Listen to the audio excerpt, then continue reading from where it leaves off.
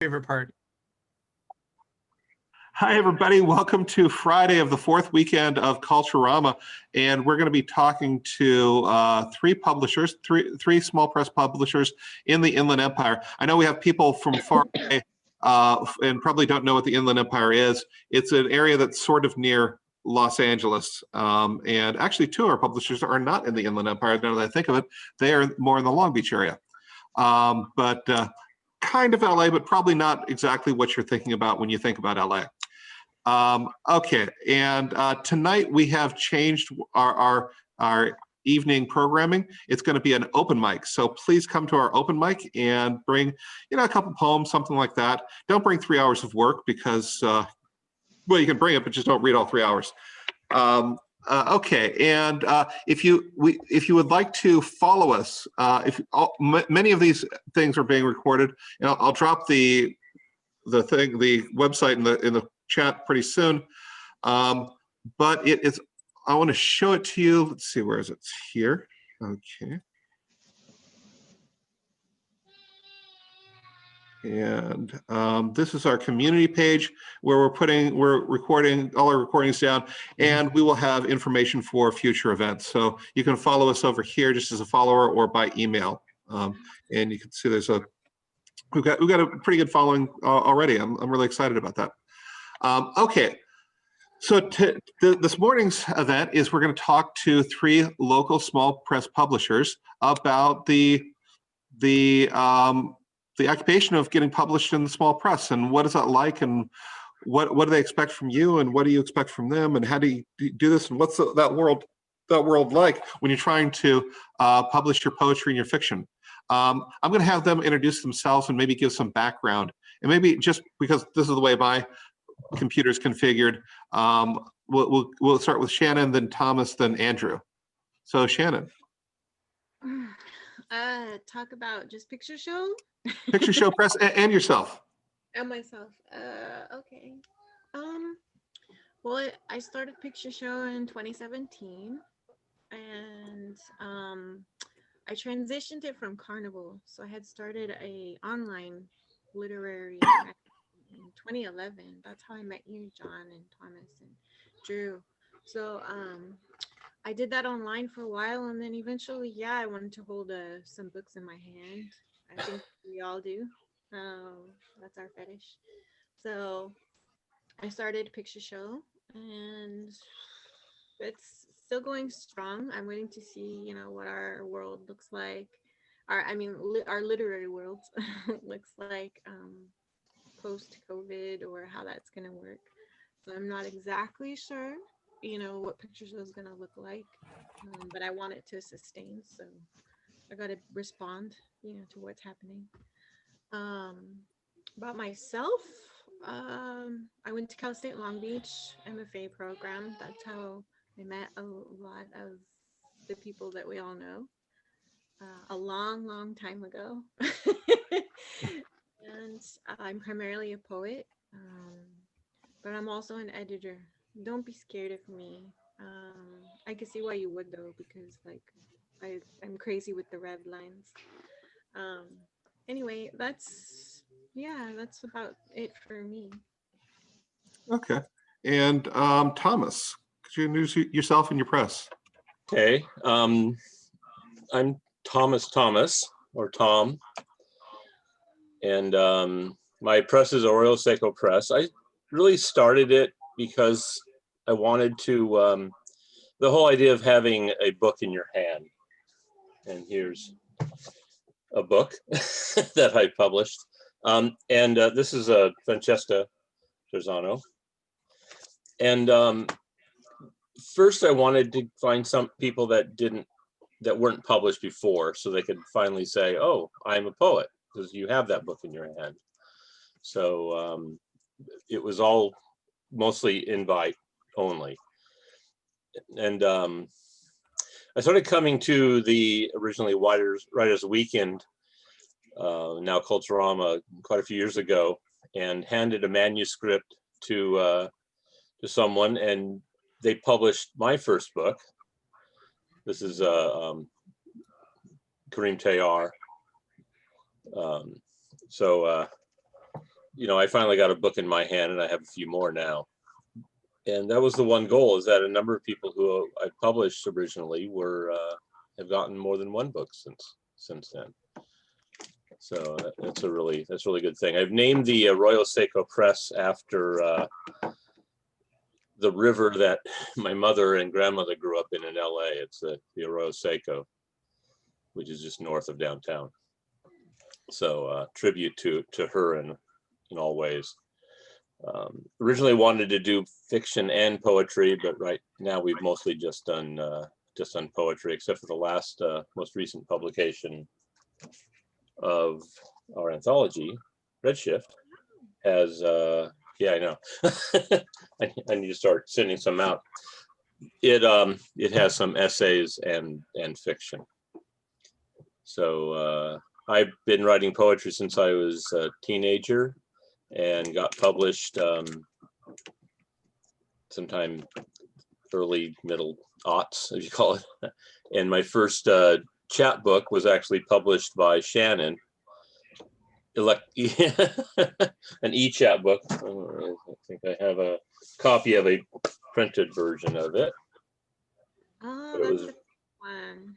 That's either the one that I made or you made. I'm not sure which. I think it's one of yours. Yeah, you made that one. Yours was nicer than mine. Oh, mine was just handmade. Yeah. So I think that's about it. I don't like talking about myself. Andrew, talk about yourself then. Well, so I'm here representing East Jasmine Review, and this is a fun fact. It was after I talked to Shannon.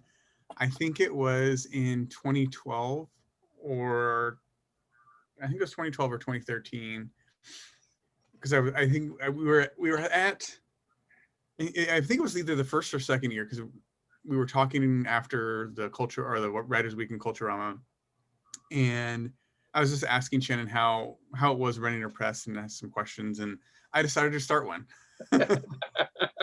So that's a really long story to get to this point, but back in those days, we published 4 times a year a PDF and EPUB version of our online magazine, I call it electronic journal. But 2020, we decided to go old school and make this beautiful book. So it's out. It's called the Me Too, or Tell Me More Me Too Stories. Oh yeah, Kelsey's got an East Jasmine. Yeah. So I published Shannon, Kelsey, Thomas, Aruni. I don't think there's anyone else here, if I can see their name that I recognize. But one of the amazing reasons I started it was to publish the writers I knew and I really liked their work. After the first 2 or 3 issues, I think, or maybe it was after the first year, it started going more global without me doing anything at all.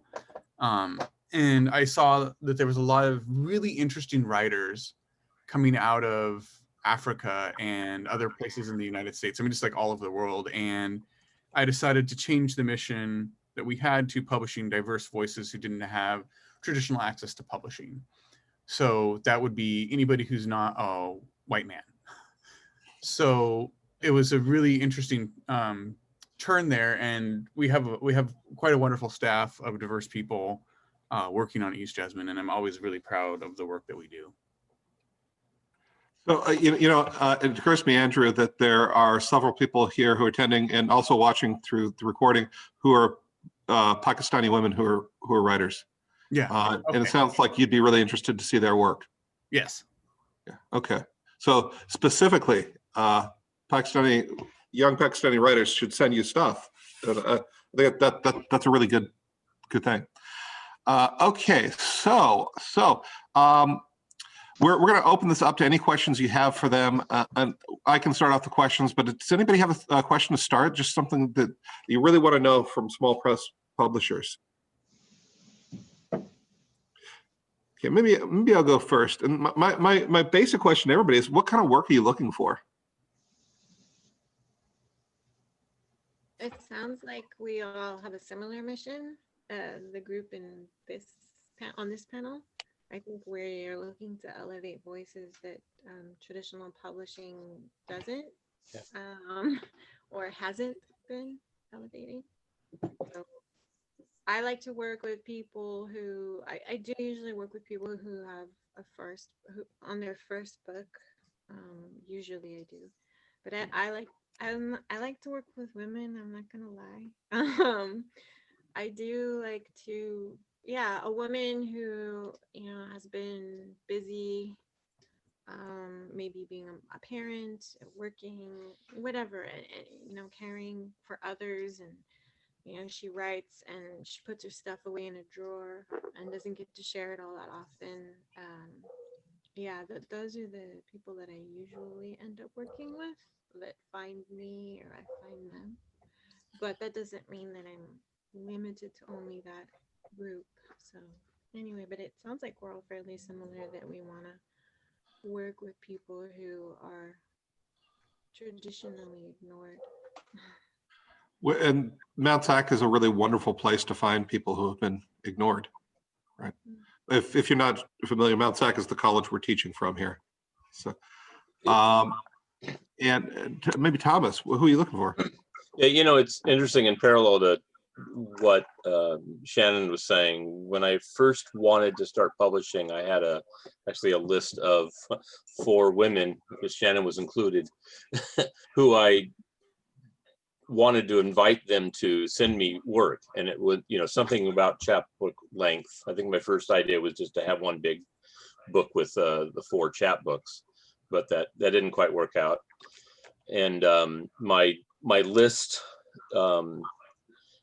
started expanding, and at first I ended up getting a lot of more men published, to publish, which is frustrating me a little bit, because I noticed that a lot of women kind of end up being neglected, or maybe they're not as aggressive or whatever. So a lot of them, less of them get published. So I kept pushing, and I think I've gotten over the halfway mark with much more over the halfway mark with more women.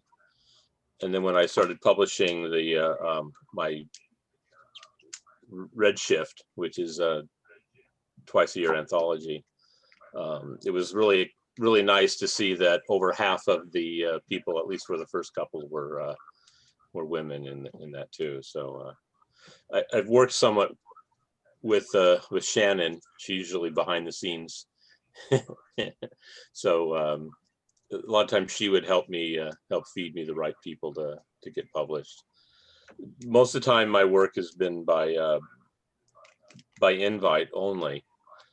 So I like coming to the Culturama to meet people, to hear them read, and get to know who they are, not just their work. Which is another reason I'm kind of excited about having the open reading tonight, because I would be listening to people and taking notes. Do you find open readings an important part of, I know obviously for you, but just in general, for connecting with publishers? Yeah, open readings are good. Go to them. Well, when you can. Yeah. Okay, cool. There's a lot of small press publishers like us. I mean, Kelsey's published. We're trying to get Aruni more involved in this, right, Aruni? She's smiling. She actually was the editor of my last anthology. So what? It's been super exciting for me to be on the other side and just read other people's work and be inspired. And I'm so proud of the book. It looks so good, and I can't wait till it's in the world in more hands. She was my editor of this one and did most of the work. So that's what. I really appreciate the opportunity. Whoop, whoop, more women in publishing. But thank you so much for giving me this opportunity, and thank you. It was just really great. And surprisingly, I've expanded beyond just getting people work published, but also helping people to get involved in the whole process, like with Aruni this time. So part of the mission then is not just publishing women, but getting women, or unheard voices positions of power for in editing. Yes. Okay, that's really interesting. I think Andrew's working on that same thing, aren't you? Doing what? Promoting voices of traditionally underrepresented voices. Yeah. So for us, like it's for me, it's just a really weird question to be like, are you a marginalized person? Yes or no? And then saying, am I going to publish you? Yes or no? So it's more or less, it's less of that really than the stories themselves and the poetry and the nonfiction traditionally. So like, I'll just kind of talk about the newest publication, and I will pop some links down in the chat if that's okay, John. Yeah, absolutely, please. So I'm going to post the digital edition if you want to buy that, and the paperback edition if you would like a copy. But this book that we just came out with, and I kind of want to talk about it because it's on the same thing of women. This is the Tell Me More. So stories of the Me Too movement, which was last year. I know it seems like it was a bazillion years ago, but it was just last year that we had this huge reckoning in the public sphere of very powerful men. And for us, and it wasn't this, I would love to say this was my idea. It was not. It was one of my staff, one of my editors wanted to come up with this came up with this idea and wanted to do a book about it. And it was more of the stories that every woman can kind of relate to. And we've published men, we've published women in here. Mostly I'd say about 90% women. I think there's maybe 2 or 3 men in this book. But women are obviously the most affected by this movement, but it's also men too. So we gave a little bit of voice to them in it as well. But for the most part, it wasn't just like, tell us your really sad story. It was, tell us what this movement might mean to you. Tell us some of the really cool things that came out, or when you got your power, things like that. So it's not just a book of really sad stories of people, being abused and stuff, because that's just not really fun to read for anyone. But these are just really, really powerful stories, really powerful poems of just varying from the everyday to very weird, very weird, unique situations. But I think these are the stories that, one, are really hard to tell just in general, and they're really hard for women to tell each other, especially when you're sitting down face to face. So this gives us, like, the people we want, that we published, a kind of way to tell their story or their point of view in a space that's safer, and connect them with other people who are doing the very, very same thing. Okay, great. So you're publishing voices that are often marginalized and often have a difficult time speaking for that reason. I wonder if you could give advice onto more than just like, how to set up a letter, about how to start connecting with publishers if you're someone who's feeling like your whole life no one listens to you. Like, what do you think some of the barriers to sending your work out are, and how do you overcome those barriers? I can start. Yeah, please. So the barriers probably to sending your work out are really yourself. And I know this probably from personal experience. It's really, really hard to kind of believe in your work if nobody's ever believed in you before. So that's like one great thing about the Culturama is, I've seen almost all of you here, maybe except for a couple people, in a lot of the workshops already this month. And coming to the Culturama like this, and just even if you're participating by reading your work aloud in the workshops, you're getting feedback. Usually the workshop leader saying something. I know Kelsey's been in there hopping on every time somebody posts and says, like, that's great. That's exactly what this kind of needs is you need that validation right up front, so that your work is okay to send out. Just send it out. If you come to events like this, connect with publishers. We're not really scary people. I'm sure most of you have seen me in workshops before. We're not really scary, but we're people too. So, don't come up to us and be like, hey, you're going to publish my manuscript. Just like, we're human beings. We have faults and flaws. But it's just connect with us, treat us like we're normal people. I work full-time job. I think Shannon and Thomas might also work full-time or were. So it's like, if we're working full-time and we're doing this and we're also trying to publish our own work, we are very busy people. And, sometimes it takes us a while to get back or, to kind of connect, but just kind of remember that part. Hopefully that helps.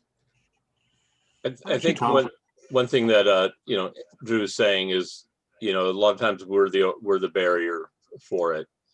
I started in 1973 writing, and although I did a little publishing and presenting in the 80s, it wasn't until around the mid, about 15 years ago or so, that I really started getting more involved in poetry again, sharing my work and getting it published.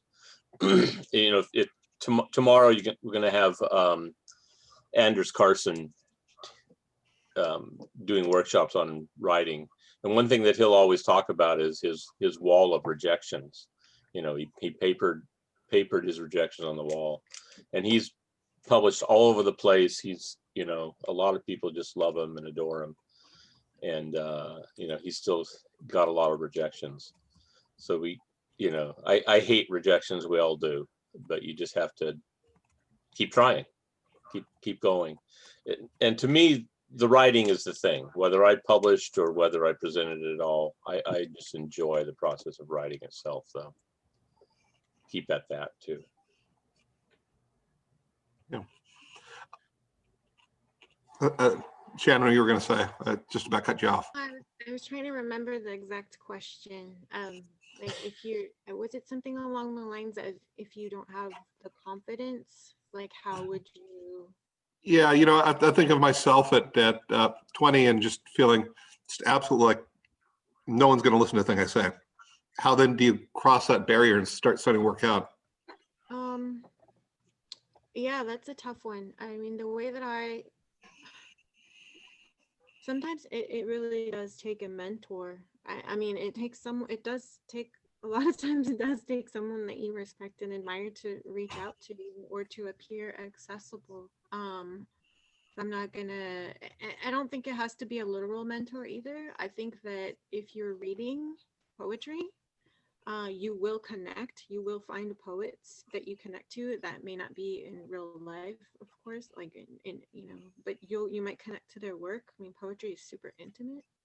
So it could be, you're reading someone else's work, and that gives you the sense of self that you need to keep writing and to learn how to share your work professionally. But I do think mentors are super important. So, Drew's right in the sense of the community. If you can get out there, you might be even too shy for that. I'm not sure, but if you can, that's a good way to meet people that are helpful. People like John and Thomas and Drew and Aruni. That's the way to do it. I think is, one, read, and two, just, if you can go to these things, you don't necessarily have to read at them if you don't have the confidence yet, but there are really nice, helpful people that are trying to pay it forward because someone took care of them. Someone took care of me, introduced me into community and had my back. And so that's how I'm here. That's why I'm here. Yeah, I'd like to piggyback on that. One of the we when we started Culturama, started doing it in this way. We had some.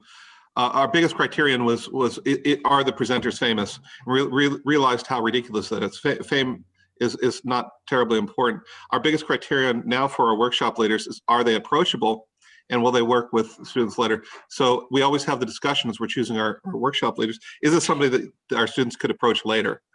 And so when you're talking about mentorship, I think anybody who works for Culturama is willing to be a mentor. You can reach out to them. You can ask them questions. Not that you should expect them to put in 50 hours of work a week for you, but you can talk. They're approachable and talk. And I'm guessing all of you would be okay if somebody reached out and said, "How do I do X?" Yes. Yeah, I've met a number of people through Culturama or Writers Weekend. Yeah, absolutely. Students. Yeah. Right. Yeah. I've every time I do Culturama, I always work with, 2 or 3 people that like they'll just send me an email or ask me questions after the, we don't really have after session stuff much anymore since we're on Zoom, but people can email, ask me questions there. And as long as, like John says, is if you're not asking us for 50 hours of work, if you're asking us for maybe 10, 15, 20 minutes here or there, we'll be willing to take the time. Just be a little bit patient. I think that most of the books that I published have been people that I've met at Culturama, not exclusively. I actually have a book published from Shannon and one from Drew also.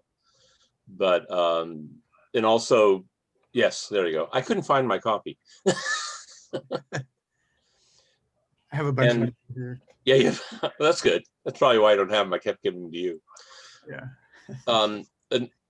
And that I've gotten recommendations from people that I trust. John himself, he sent me a few. I think my last book was from somebody that he sent me. Was it Kitty? So, yeah, it's Kitty. And each one is an interesting challenge because some of them it's like, you get them and it works out. Kitty, we went back and forth with changing the poems and changing the cover, and we got some great blurbs on it too. So it was exciting to see the final product. So yeah, it's these connections that we make, meeting together or going to open readings. It was kind of nice when we actually could meet physically though, where we could sit on a bench and talk to somebody for a few minutes. Yeah. So, Yeah, we'll have that in the future. we'll have that back. And I like actually though that you're going to continue doing this too, so we can have both. And this opens up an interesting possibility that maybe somebody I can basically, kind of virtually sit on the bench together, but maybe living in, in Tulsa or something. Yeah, absolutely. Okay. I'm asking all the questions. Does anybody have any questions to ask? You could type I'll it, ask or you some could. questions. Yeah, Stephanie. I have 2 questions actually, and one of them is, what drives you crazy that writers do when they approach you? And my second question is, what 3 things do you wish writers knew about what you do as editors? Stephanie, only you could ask these wonderful questions. And the way that you asked them, I was like, I feel like I must answer these questions perfectly. It's Stephanie asking them. Your answer will be perfect. I know it. Okay, Stephanie, can you go ahead and repeat the first question and then maybe the second one after we all answer? Of course. What thing do writers do a lot that drives you all crazy? Oh, the one thing that drives me really crazy is people being very, very particular about their work. And I mean it in a way that's like more on the absurd side, where it's like there has to be one extra space here.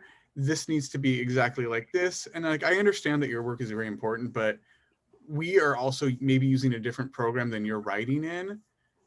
And the spacing that you did may be different than our font size and stuff. So if your work looks slightly different, that's just could be for font size or something. But the other thing that drives me crazy is not following the submission guidelines. Which when I think I posted it, I said, if you're going to send us poetry, do not use tabs.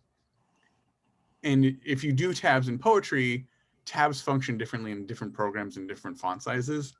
So don't just use the space bar. It is your new best friend. And then, well, I think everyone should answer that first question, then we can maybe answer your second one, Stephanie. Okay. I'll go Thomas. Okay. Yeah, I need to start a small press publishing support group or something. No, yes, true. I second your thing. I don't know what drives me crazy. I think Mark Givens has talked about this, Pelagonesis, is that it's super, super important when you're working with a small press. Their relationship is what more important than all of it, than the work, than the book. I mean, it really is. I cannot work with someone I can't work with. So you have to be compatible with that poet or writer. So anything can drive you crazy if you're not compatible with that person. I'm trying to think a number of things. One thing that I hate is after I've typeset your book, you don't get to come at me and say, I want to take that poem out. Like, I just typeset your whole book. Do you know how much that took? So just, yeah, a lot of it will have to do, like Drew said, with formatting, things like that. So, just be a considerate person, be professional. Don't expect an email to be answered right away. If we don't have a certain relationship, maybe don't, I don't know, just, respect your editor's time or your publisher's time. Try not to be precious about your work. I know that's super hard, but the idea for me when I want to publish someone is, a lot of times I publish people who have so much work already, and they don't write more. They're going and reshuffling all that old work, and it doesn't mean that old work isn't important, or that it won't benefit somebody, or somebody won't love it, or you don't love it, but get it out of your way and write something new. And so if you give it to me, you have to trust me, that I'll take care of it, so yeah, when there's a lack of trust, like, don't work with me. If you don't trust me, don't work with me. If you trust me, then do what I say. So it's interesting. It doesn't mean that I can't, my poet can't give me feedback. Of course, the poet has to okay everything in every step of the way. If you don't like the first dozen images I show you for a cover, we'll look at another dozen and another dozen, but I don't want to look at 150. I mean, come on. So within reason, we'll have more conversations if we need to. So that's just it's that relationship. Just respect that relationship. I think I'll follow with Shannon too. Is one thing is the relationship with the publisher is really important, and don't piss them off. It's a small world, and most of us know each other, so you're going to kind of make it hard for you to get published by other people. We don't want to have to work with somebody who's just going to, and it's not always the back and forth. I mean, my last couple of publications, we did a lot of changes in the books, and I'm much more lenient in that way, I think, than Shannon. But I enjoyed that process sometimes. Although I think with my next book, I'm going to be sending her a red pin so that once she gets it published, she can make more changes. That's a good one, Thomas. Yeah, and something that I tell people all the time is like, well, you're going to probably be marking up your physical copy and making changes to it eventually. There's always changes we want to make to our poems. Just don't worry about them. They're not set in stone. But another gets back to the formatting thing is when your books are going to be your poems are going to be published in books, whether an individual poem or a whole book. They're not 8.5 by 11. Right. No, they are not. They are literally like 5 inches across at most. Well, 6 by 9, and then it's a little, there's margins. You don't want to go exactly 6 by 9 or 5.5 by 8. So, you want to consider what it's going to look like. So those long lines are going to wrap, and we're going to change your font usually. You know, I did fight over Courier New once. and you were right. You were right, Thomas. I lost that one, but you know, it still irks me. But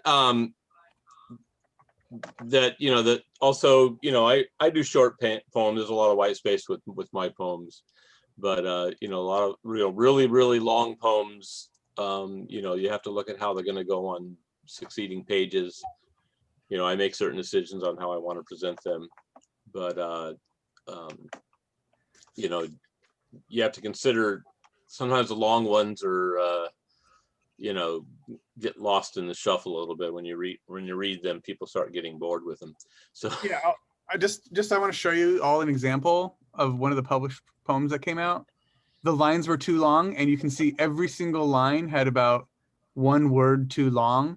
So we had to put it on a separate line just so you could tell it was supposed to be the same one. It does not look good. It does not look pretty. Does it work? Yes. yeah. Should you not have your lines as long? Probably. Right. That So- stuff takes a lot of time, you guys, because some of that, if you have the time, and not all of us do, but I will, because I'm kind of a perfectionist freak, but like, I will Yeah. go and I'll look at your lines if they're too long, and I will try kerning them, and I will try a bunch of different options of kerning them, and if it doesn't kern, then I will do the hanging indent. I mean, there's a lot of stuff involved. Right. I'm I just- work with those long lines, and yeah, the kerning is just kind of pushing them together a little bit, but if you push them together too much, then they're just letters are sitting on top of each other. So you have to make it look right. And It's then not easy. you're right. And then people complain about the word line wrapping. It's like, well, you know, consider the line length, consider the you know, I hate making the font too small. You know, I'm particular about my font choices. Shannon has schooled me on what works best. Of fonts. I've learned. Fonts are great. We could probably sit here, all three of us, talking about fonts for a couple hours, but I know. we won't. How those poems look on the page are really important. So the font is important, or the line wrapping.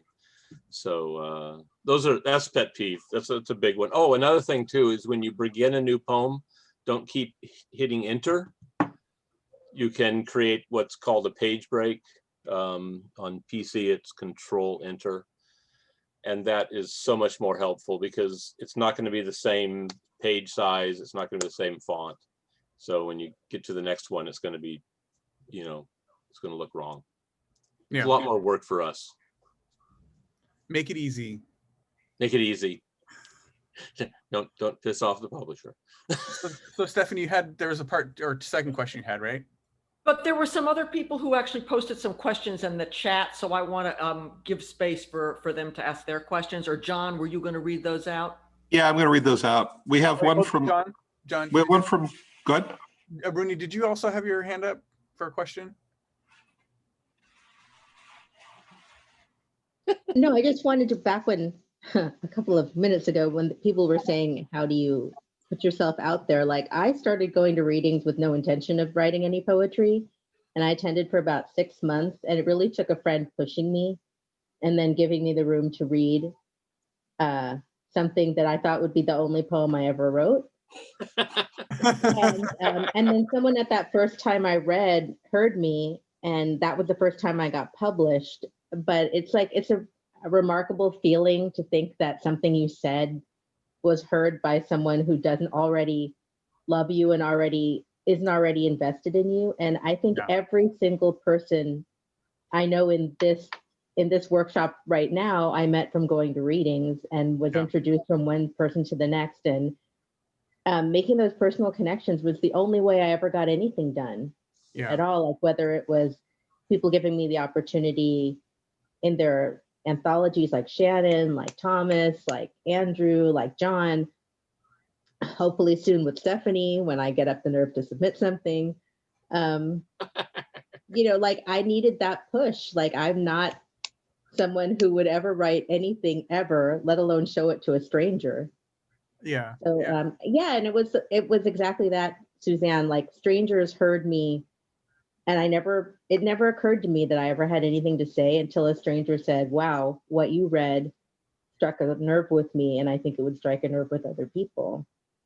And then she and I, 3 years later, read at the same reading series together last month or earlier this month. And I read something, and she said, "Oh, that would be great for our inauguration issue in January." So it all came full circle. Like, the woman who first published me, then we read together, and she's going to publish me again. And it's scary the first time you do it, but like, I had a friend who pushed me in the pool, and then all of you guys keep, every time I climb out of that pool and say, like, "This is a lot of work," you just push me back in. So, We do. so I'm grateful, but like, I think that whole mentorship thing is really important. Like, John is an amazing mentor for sure. I've seen you help so many people, myself included. Yeah. So yeah, it's like a blessing to have all of this online. Yeah. So that you can reach more people. And as a South Asian person, for all you ladies in Pakistan, someone will hear you. Like, I didn't think it would happen for me, but someone will hear you. At least I will. Yeah. Okay, we have a question from Zuha. Speaking of which, how do you get your book translated? Amazon KDP puts your book on their foreign sites, but does not translate it. What's the benefit if it is in English on a French site? Wait, are you, Shannon? Are you saying something?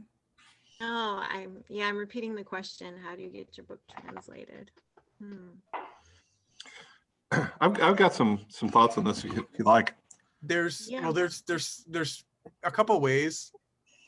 The first one is know somebody who will translate it for you. Yeah. Pay somebody to translate it for you, or trust Google Translate, but actually don't. No, that's not an option. That's not an option. No, Translation. Yeah, collaborate. That's the only way. Translation is not easy. You can't just, just any translator, especially if it's poetry or something like that, doesn't always translate well. Right. So each language is going to be totally unique in how you translate that poem. Even prose is not easy. No. In our area, we have a fantastic translator of Chinese poetry named Tony Barnstone, and he does other types of poetry too. And he's famously great translator, but he always works with an academic. He doesn't just do this on his own, and it takes a lot. It takes a lot because he's a good enough poet on his own that he can ruin the poetry, or like ruin the effect of the other. So he makes sure he's got that person to work with. So translation is really, really difficult. As far as the second part of the question, what is the point of having your language on somebody else's language site? I don't know that there is much of a point to that, unless you are known in that other country. So, I can put my own poems in French up there, but no one in France knows John Branningham. So what is? I don't know if there's a point to that. What do y'all think? Is there a point? Well, the one of the strangest things is most people, I wouldn't say most, but there's a lot of people in a lot of different countries that are not quote unquote English speaking that speak English. Mm-hmm. So even if you have a English book on a French website, there's enough people in France that speak English. Mm-hmm. They may not say that they do, but they do. Mm-hmm. I got to laugh out of Stephanie. That's all that matters, right? A lot of people speak English. Yeah. Okay, and then let me scroll up to see that other question. Kelsey asked how you find your cover art.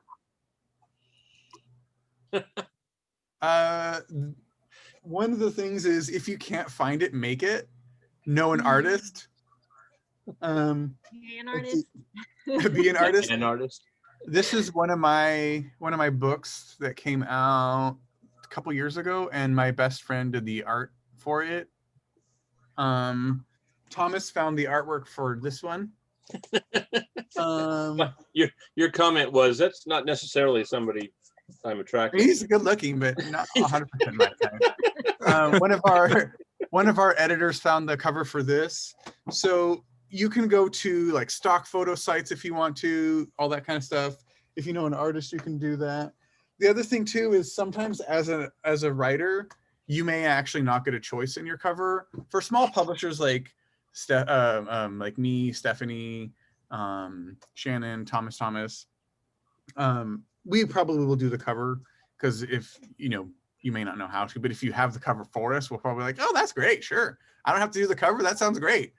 Depends. It depends if it meets KDP specs or not. Yeah, that's true. But if it's a good cover, yeah, if we don't have to do the work. Yeah. Okay. Yeah. Absolutely. Can I give some horror stories? Yes. So as a writer, I never demand that my covers are put on, because I watched my wife as a publisher for years, like struggling with people trying to get every plot point onto the cover, right? Every single smallest aspect, or it's saying things like, no, well, I really don't want the title or my name anywhere on the book. It's like, I don't understand that. I guess it's a philosophical move, but how do you sell that book then? Yeah. Yeah, that's right. And there's all sorts of potential problems like that. I think it's really important that I, as a writer, listen to what my publishers say, because the reason I went to that publisher in the first place is I trust that person's artistic vision. So, yeah. I think the cover is important, and I have no confidence in my ability to make covers per se, but I've done them. Yeah. And I get some complaints, or this was Shannon's. She gave me the cover. Yeah, I like that. You can ask her what that is. But I think I've improved in making them myself, but I've made all the covers, or most of the covers, myself. It's been interesting process of getting a little bit better and better. I did have one person I was working with who kept on sending me images that she wanted for the cover, but they were all just something that she got off the internet, and we can't just use something that belongs to somebody else without their permission. Right. That's why I did a lot of, for each Jasmine, I'd be like, oh crap, my issue's coming out next week. I guess I better come up with something. So I would draw something, or just go like, I'm gonna go take a picture that looks somewhat artistic, make it blurry, and slap it onto the cover, and boom, throw some text on it, and it's a cover. So, I mean, we try. Sometimes it's like, oh crap, we have to do it right now, and then other times we put a little bit more thought into it. So it just depends. But you can, if you want to like practice and make your own covers, just take a really cool picture, make it sepia toned or something, change the coloring, slap some text on there, and you own the rights, because it's your photograph. So somebody just wants a technical thing. What's KDP? Okay, yeah, I was looking at that. It's Amazon. It's Kindle Direct Publishing. So Yeah. it's the program that Amazon, yeah, Moontide prints with Amazon, I believe. Right, Irene? Yeah. I do too, so does Thomas. Drew, I don't know if you guys do. If you use This one came from Book Patch. Okay. Yeah, I would like to try in the future to get away from Amazon, but we'll see. Not an easy thing.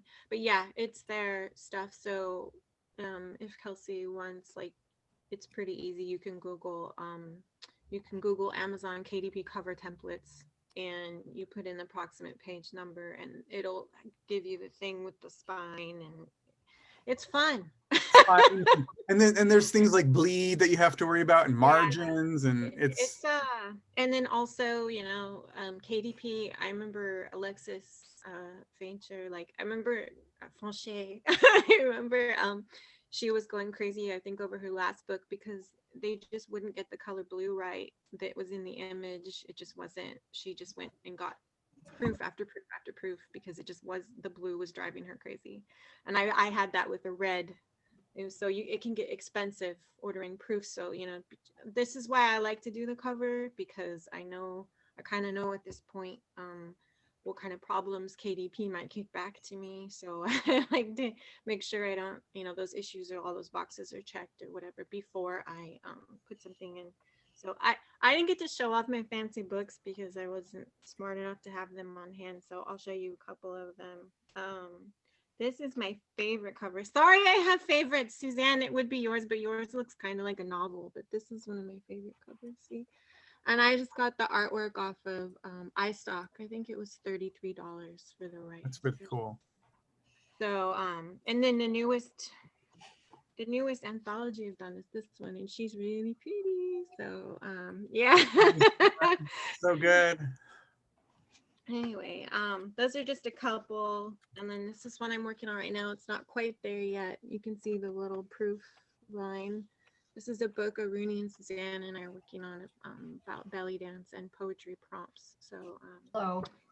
trying to get this right. But yeah, Hello. covers are fun. I'm not an expert. I have a lot of limitations, but I do know how to work within the limitations. If I have No, you didn't. Stop. What? I think we just heard somebody unmuted conversation. I think that had to do with you. Okay. Yeah, I'm not an expert. I'm not a graphic designer. If I, depending on the type of book I'm doing, I know a cover designer that I've worked with. He's really great. I think it's $80. He's super cheap and he's super talented. They're pre-made covers, but they're not covers that he sells to other people, but he does make them in his own time. And anyway, that's $80. So you can, your small press publisher might be fine with that, and a cover designer that you meet on like a micro work site or something, they're going to know about KDP specs because, and things like that. So, yeah. I have a comment and then a question. Comment comes from my wife and was given to me in the old school way. She's talking about cover artists, and she does a lot of cover art. And the one thing she asks is that the cover artist generally is not getting paid. So if you give that person beforehand, like well beforehand, what the image that you want, you should do that rather than like at the last minute. A lot of people think that Anne can just knock stuff out because they've seen her knock out certain stuff. But no, it's like it takes a long time of thinking in order to do that. And then Kimberly asks, can you talk about marketing publication? And I want to, marketing publications, I'm sorry. I want to point out before you start talking about that Brian Cuban had a really good talk on this on the first weekend, and we have that taped and you can watch it. His advice was fantastic. So if you could talk about marketing publications, I'd appreciate that. I do not mind starting. You as an author are responsible for helping us market because one, I don't think any, me, Shannon, or Thomas are ultra wealthy, super rich people sitting in mansions with lots of money to hire people to do ads for us and billboards. And so we just don't have the resources to do a lot of marketing.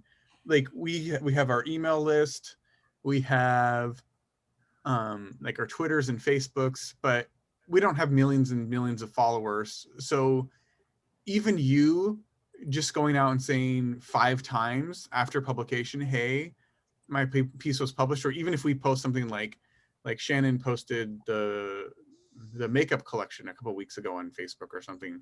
If follow us on Facebook, follow us on Twitter. When we post something, just retweet it, repost it, put it on Facebook, share it. That way you're getting to your friends, and all the other people who are in the anthology or publication are doing it to their friends too. So I'm talking more about anthologies, but that really helps. And if you're doing it like for mine, when I had to do, as the author, I had to market my own work for my full-length collection because the publisher didn't do any for me. So you have to be willing to put in a little bit of work for marketing as a writer. You can't expect your publisher to do it for you, at least in these days and age for most small publishers. Even if you're with Random House, they may not do any marketing for you. Yeah, marketing is the nut that I haven't been able to crack. But I mean, honestly, I publish poetry. So, like, who's going to buy it? Like 10 people anyway. Sorry, but like, that's the truth. Um, so I think Tony Barnstone, he was my mentor. And he told me that if a poet sells 1,000 copies, that's amazing. That's incredible. I mean, he told me that 15 years ago. So maybe it's changed.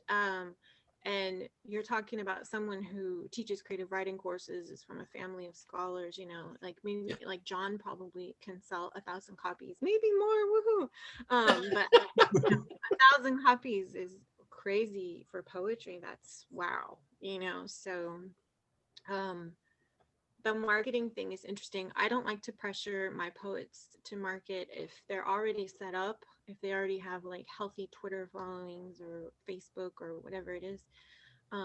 Then awesome, they can use it. But my focus is on the creative process of putting a book together. And that's where my reward is. None of us make money at this, just so you guys know. We don't make any money, none, zero. Like we get in the negative. Yeah. No, Yeah. no profit here. We do this because we love it. That's first and foremost. I mean, ultimately, it might help us professionally, some of us, but I don't think so. I don't know. So, Yeah, so you know, I don't really have that pressure.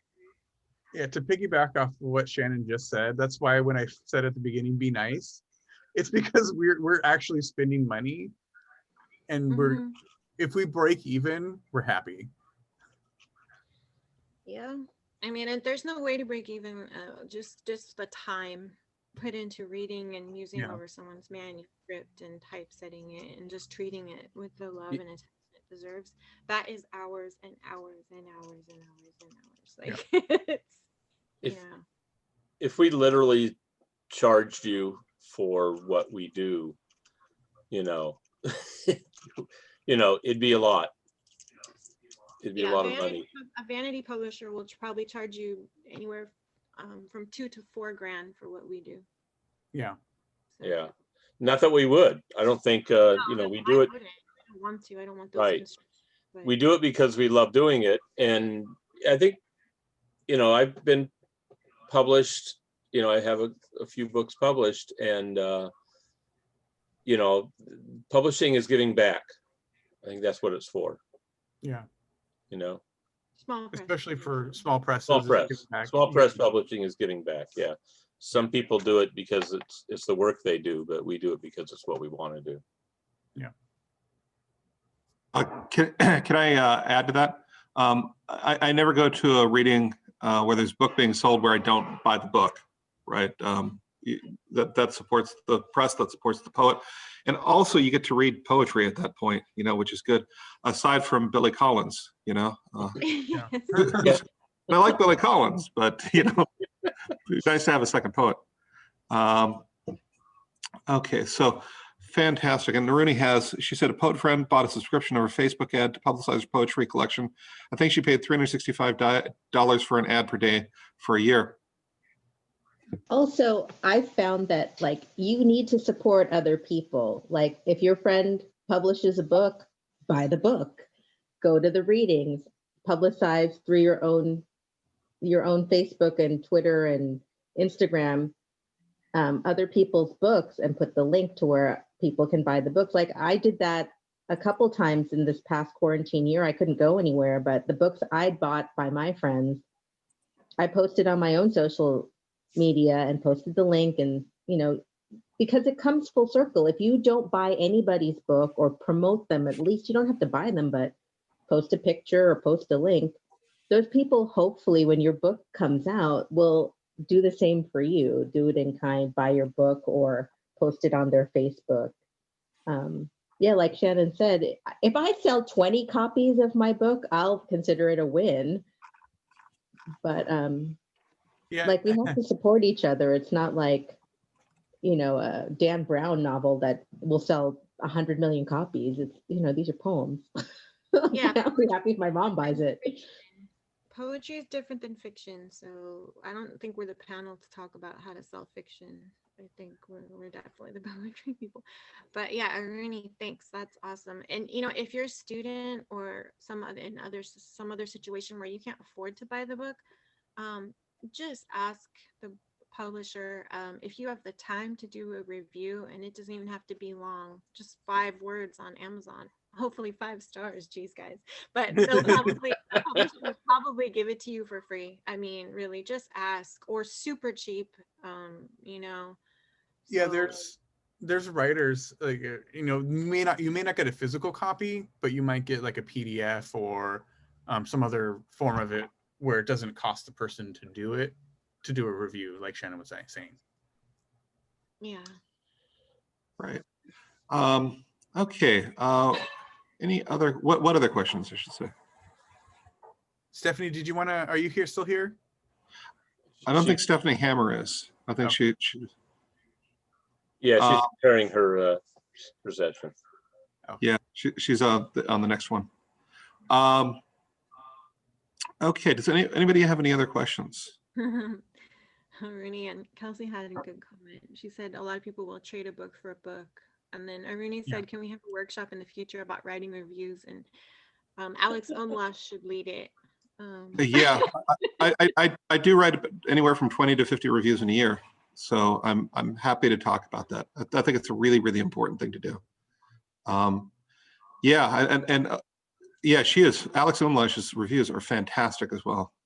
There's a real art to it that goes beyond simply. Sometimes you'll just get a summary of what happens in the book and so to buy this book.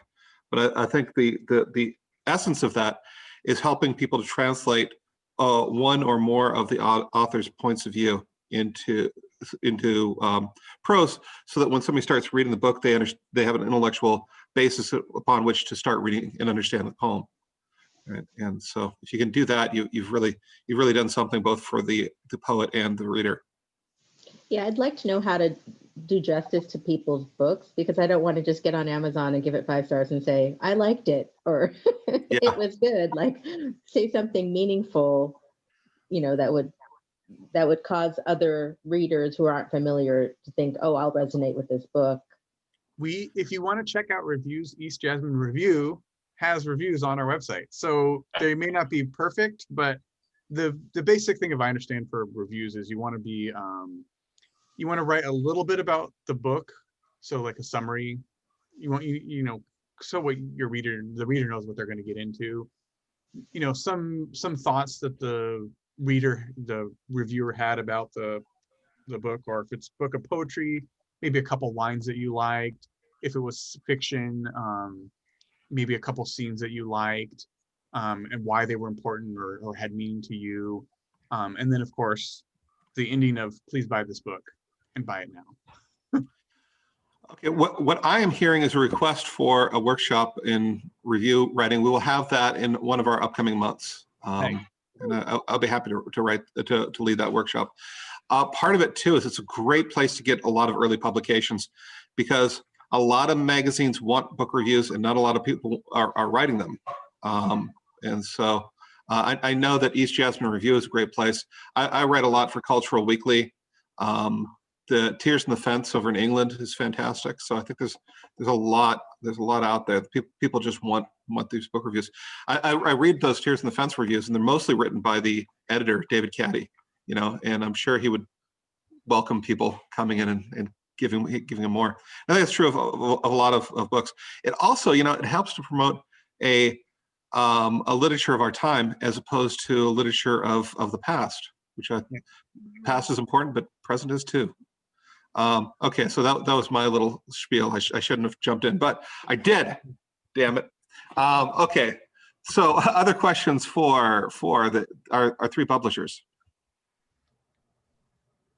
Our publishers looking for certain age groups. I'm a senior, but have some great memories. I'm writing a memoir in vignette. Yeah, we're looking for people between the ages of 18 and still alive at some point. So 18 to right before you die. So small publishers are looking for all kinds of yeah, some are particular and some are not. So yeah, I mean, this is huge for any kind of submission, is just know the place you're submitting to.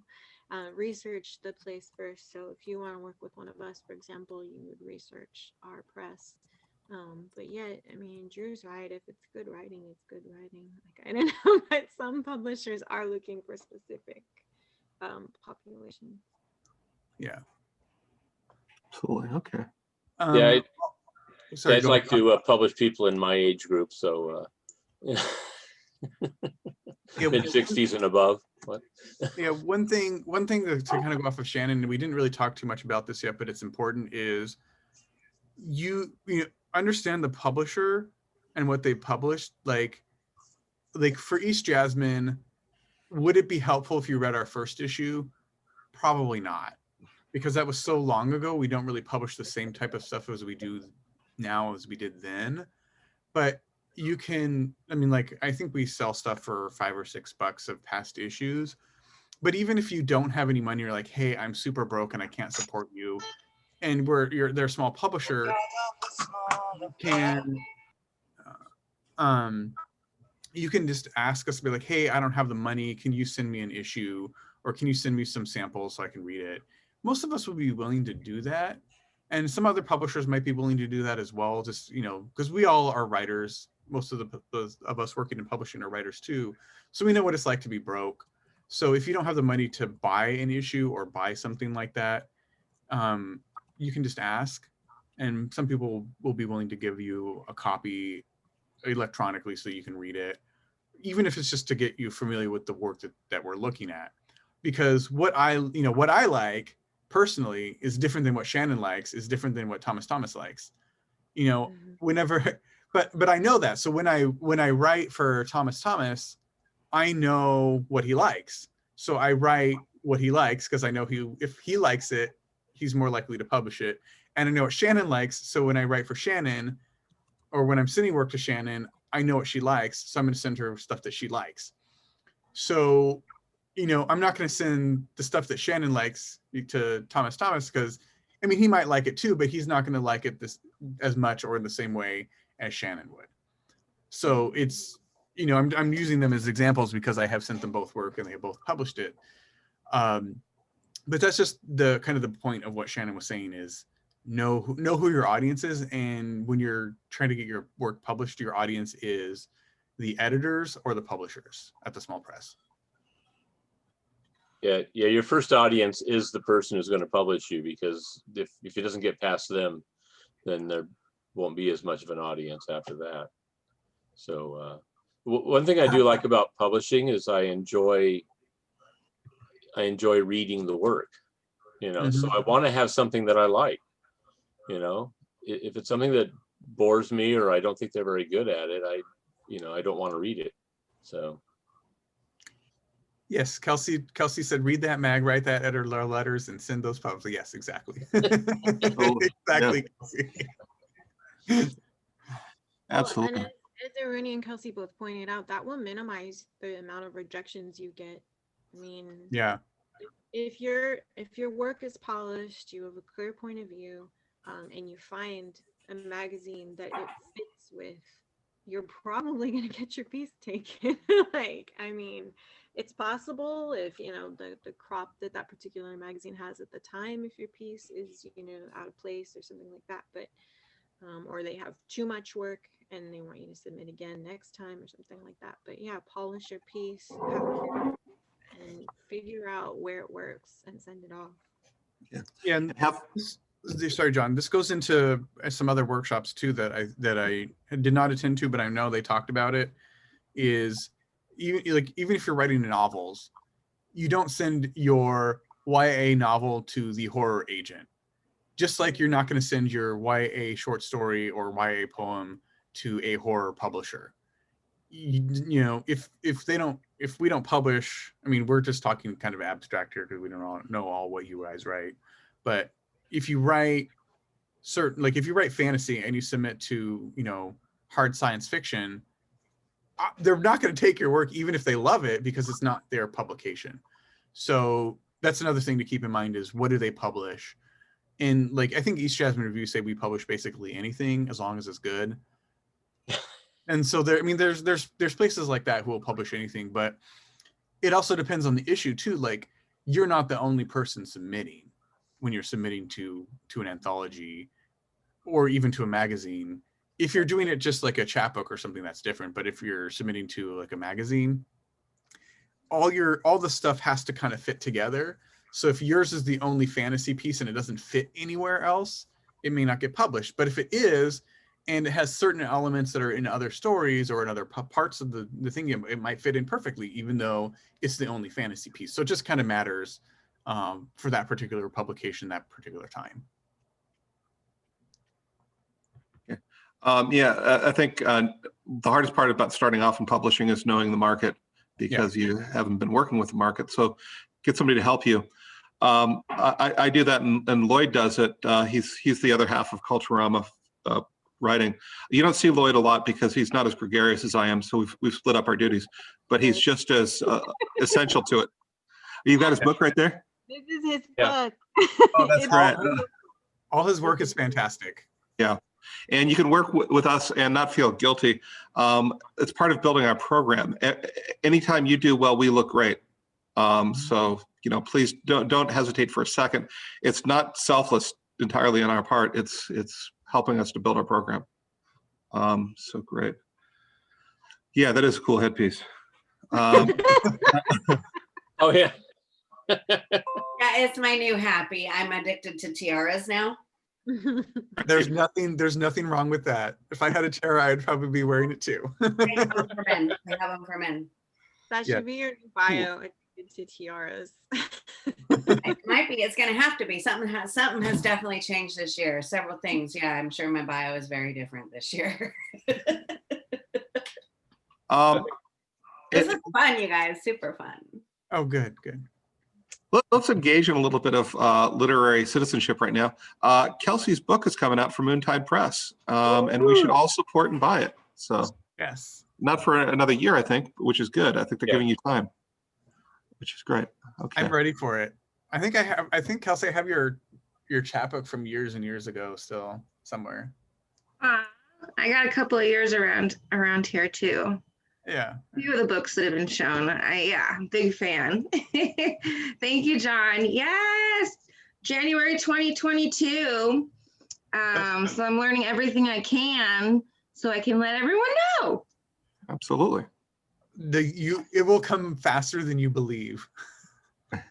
That's kind of what I was like, oh, that seems like a long time. And then the next day I was like, oh shit, I better start planning. So Yeah, it's a lot of work. It took me to, for anyone else, if nobody else has questions, it took me about, I think I did this whole book in about 8 months. And that's really fast to put out a book. It's really fast, even though it doesn't seem like it is. It's a lot of work because you have to go through, you have to edit, you have to move things around, you have to edit, you have to move things around, you have to change this, you have to change that. I mean, it's just a lot of work. And then when you're done, you're like, I'm never going to write again. 3 weeks later. I handbound and I self-published my first chapbook, which I really do highly recommend because it put me on the other side of like all of the layout stuff. And if you want to change one thing, how it just like, and it put me in a good understanding of what you all go through. And I haven't done it since, but if other people have questions about that, I love talking chapbooks too. So yeah, I got my start at the University of New Mexico in my undergrad program. I volunteered just to be a slush reader. And if you can, if volunteer to be something, do something like that, because you're not going to get paid for it. There's not money. Like, as we said, there's no money in this, especially for small presses. But every press could use a volunteer. Yes. Yeah. Volunteer. Just even if you do it for a year or for 6 months, I would say, commit to something like that. 1 year is a good commitment. You'll understand how much work it takes just to get the work out. it's so much work. Even if you just read it, and that's the only part you do, that's still a lot of work. And you'll see that one of the greatest things about doing that work that I did at University of New Mexico is I read so much stuff and I was like, I can write better than this. And it sounds horrific and mean, but it's true. It's like if you get that validation, it's like, oh, I can write better than this. And as a writer, it's like it gave me the confidence to be able to know that my work was better than stuff I'd read that was submitted for publication.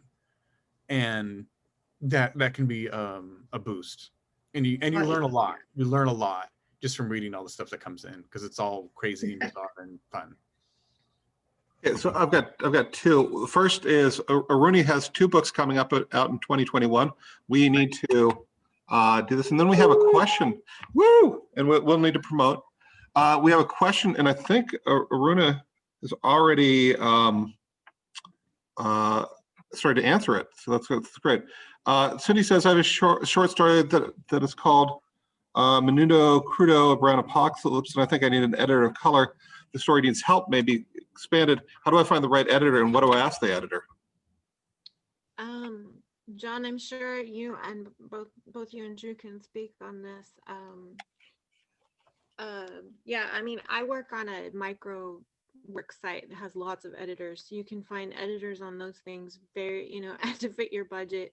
Make sure you read reviews and ask them for a sample. Any editor will give you a sample of at least 1 or 2 pages. So yeah, but you can talk to John and Drew. They both, I'm sure, know plenty of people personally who they can probably refer you to. Readsy is another good source. It has a lot of good professional editors on it too.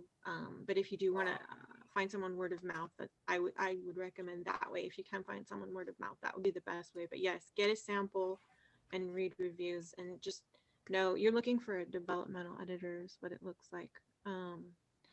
So yeah, ask them for a sample and testimonies of their work. Yeah, absolutely. I would also suggest not paying too little. If you're paying, you can end up with people who really don't know what they're doing, and generally they charge you just exactly what they're worth. But it sounds like you might even just want a beta reader, someone to help you through this. You've got to tread very lightly, and you've got to be very careful when asking this. Not asking a friend to be a representative of an entire culture, right? There's being a white male puts me at a great disadvantage at this, and I personally would not be the beta reader for that. I might suggest some people, but just having some tact and asking some tactful questions to somebody you trust, I think that's a really big thing. Yeah, so I think the second part, what questions do you ask the editor? You should be at a point in your writing or in that story where you know what questions need to be answered. If you don't, then you need to have a beta reader, and they can ask those questions, because you may be too close to the work, so you may need to step back a second. But you should know, like, hey, does this scene work if I do the dialogue like this, or should I do this? So you should know your work enough to be able to ask the right questions, which is really hard, but that's my thought on that. Yeah, you're treading into potentially dangerous territory, and I think you're right. I think you absolutely need to have somebody else reading this if you're going to try to publish it, because a lot of people have gotten this wrong in the past, and it needs to not be. Yeah. Okay. Good. What other? I think we might have time for one more, but I just cut off Shannon. No, I'm sorry, I was cutting you off. You go. I'll just put it in the chat. Okay.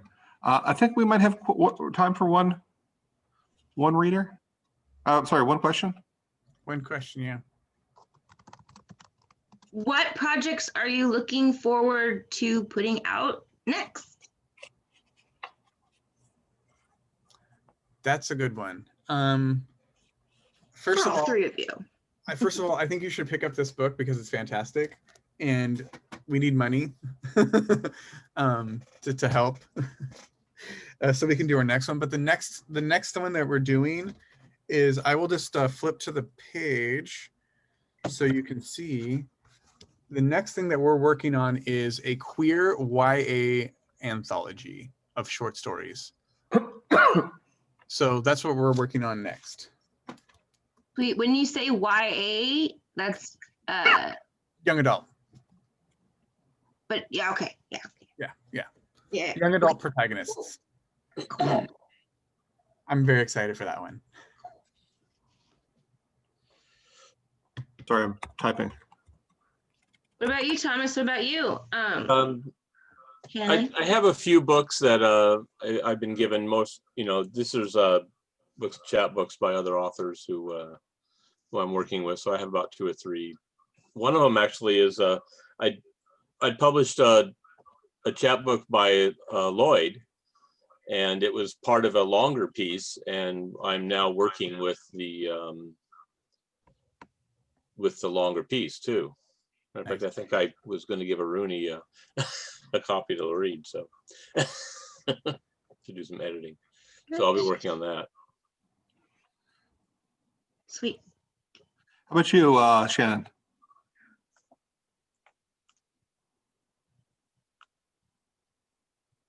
Are you muted, Shannon? Yeah, we can't hear you. I don't think she is. Oh, there she is. Yeah, Rooney and I came up with the idea, and then I was able, thankfully, to talk Suzanne into joining our team on that one. So I'm really excited. I've never seen anything like it, and so that excites me. Whether it works or doesn't work, I'm not sure. I'm getting some feedback on that. And then I have working with 2 female poets right now. One has not been writing since she graduated from the MFA in 2007, 2008. And then we had lunch and she started writing again and wants to work with me. So I'm really excited. I sent her her manuscript with suggested titles and all the poems that I chose and the order I put them in. And I said, process this as long as you need, because I know what that's like. If someone, you give someone 50 poems and they pick the ones they think work the best, work well together and has a narrative arc. And then, someone's been through your work. Like, I've seen all these poems naked again and again and again. And, it's hard. So she's sitting with that now. So we'll see what she says. Wish me luck. It's a little bit like dating someone. That's yeah,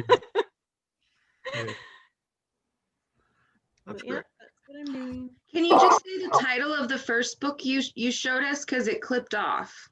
Oh, sorry. And no, you can't really see it because it's got that, the proofing. Oh thing. yeah. It's called The Undulating Line, Writing Poetry Through Belly Dance. So It has prompts in it too. Oh, how cool. there are poems. It goes over 6 or 7. I don't know. It goes over I think 6 or 7 forms. There's one chapter that has 3 forms in it. And then there's an example poem that either myself or Rooney or Suzanne or a couple other people that we looped in wrote. So that's what I like when I'm working with something like that, something new. I like to have an example that I can mimic, So anyway, yeah, it has concrete poems, erasure poems, cool. the exquisite corpse, the ode, and the ghazal. So yeah, and a couple others. Anyway, I'm excited. Thank you. Thank you. Okay. Well, I hope you can all come back tonight at 5 to do the open mic and read a couple moments of your poetry. But up next, we have Stephanie Barbet-Hammer with The Late Show, restarting your career if you've had some time away from it. But I just want to say thank you to Shannon, to Tom, and to Andrew. Thank you so much. Thank you. Thank you all for coming and spending an hour and a half listening to us half gripe, half be really excited. But I think that's publishing. Prattle. Yes. Guys, and we're here for questions. I'm Picture Show Press. You can just Google me and find me easily. Picture Show Press. You can ask John how to find me. I'm on Facebook, whatever. My name's Shannon. Anyway, I'm always around for questions. So